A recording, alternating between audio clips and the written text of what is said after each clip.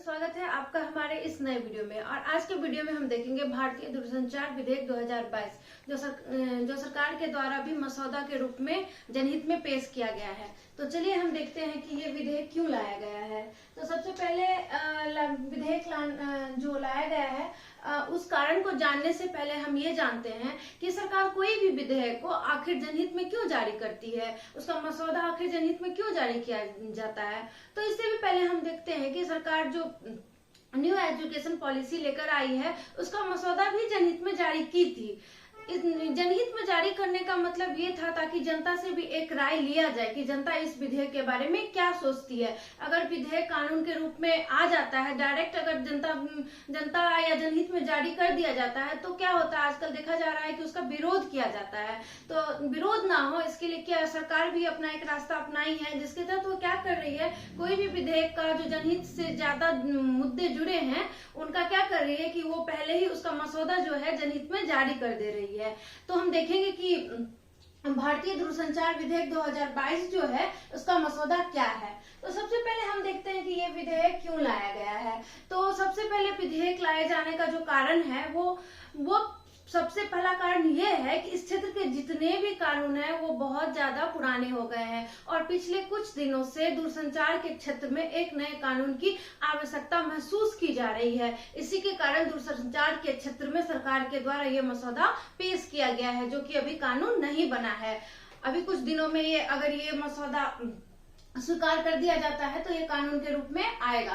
हम पहला कारण देखते हैं कि पूरे भारत में दूरसंचार क्षेत्र जो है उससे कम 117 करोड़ ग्राहक जो हैं इससे जुड़े हुए हैं। और उसके बाद ये दूसरा मतलब दुनिया का सबसे बड़ा दूसरा नेटवर्क जो है वो भारत ही है दूरसंचार के क्षेत्र में। इतना बड़ा नेटवर्क होने के कारण क्या है कि ये 4 मिलियन लोगों को क्या करती है, रोजगार उपलब्ध कराती है। अगर ये 4 मिलियन लोगों को रोजगार उपलब्ध कराती है अभी के समय में, जिस समय आप देख रहे हैं कि बेरोजगारी की स्थिति कितनी भयावह है, लोग रोजगार के लिए क्या ही नहीं कर रहे हैं। तो अगर इस बीच अगर ये 4 मिलियन लोगों को रोजगार दे रही है, इसका मतलब है कि ये अपना एक अलग वेटेज रखती है। यहाँ जनता और जनहित के मुद्दों से ये संबंधित है। उसके बाद आप देखेंगे कि हमारा जो जीडीपी है, भारत का जो टोटल जीडीपी है वो उसमें क्या करती है, ये 8% कंट्रीब्यूट करती है। ये 8% क्या है, कोई कम तो नहीं है। हमारे टोटल जीडीपी में क्या करती है, 8% क्या करती है, कंट्रीब्यूट करती है, यानी 8% का ये योगदान देती है, जो कि एक कम नहीं है। 8% अगर किसी क्षेत्र में सिर्फ दूरसंचार का अगर योगदान है तो ये बहुत बड़ा योगदान है। उसके बाद हम देखेंगे कि इस क्षेत्र में जो सबसे पहला कानून लाया गया था वो सबसे पहले क्या था, 1885 में लाया गया था। तब क्या था, हमारा देश तो आजाद भी नहीं हुआ था और हमारे ऊपर कहीं ना कहीं अंग्रेजों का शासन था। उसके बाद भी 1933 में एक और दूरसंचार के क्षेत्र में कानून लाया गया, जो कानून भी क्या था, गुलामी के समय का ही ये कानून था। उसके बाद जब देश हमारा आजाद हुआ तो तुरंत 1955 में क्या लाया गया, एक कानून लाया गया। उस समय क्या था, उस समय की जरूरतें और आज की जरूरतों में बहुत अंतर है। उस समय क्या होता था कि हम तुरंत आजाद ही हुए थे तो हमें दूरसंचार के क्षेत्र में ज्यादा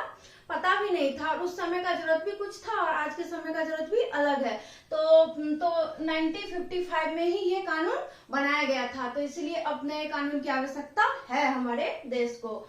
उसके बाद हम देखेंगे कि आज के जमाने में हम 4G, 5G, internet of things के रूप में हम सोचने लगे हैं, तो हमारा कानून क्यों इतना पुराना होगा। तो इसलिए हमें अपने कानून को भी बदलने की जरूरत है।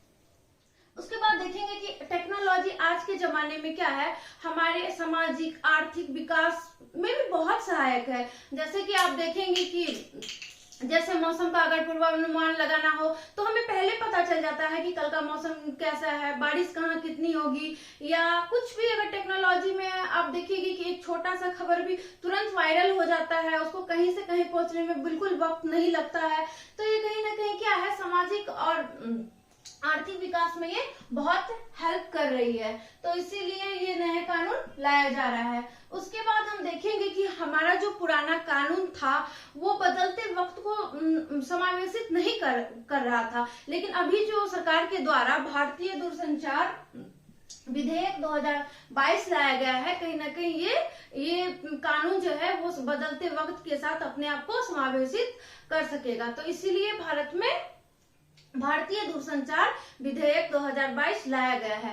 अगले वीडियो में हम देखेंगे कि इसमें क्या क्या मुख्य प्रावधान किए गए हैं, यानी कि क्या क्या बदलाव किया गया है और उसकी क्या कमियां हैं और उसके बाद इसका क्या निष्कर्ष आया है।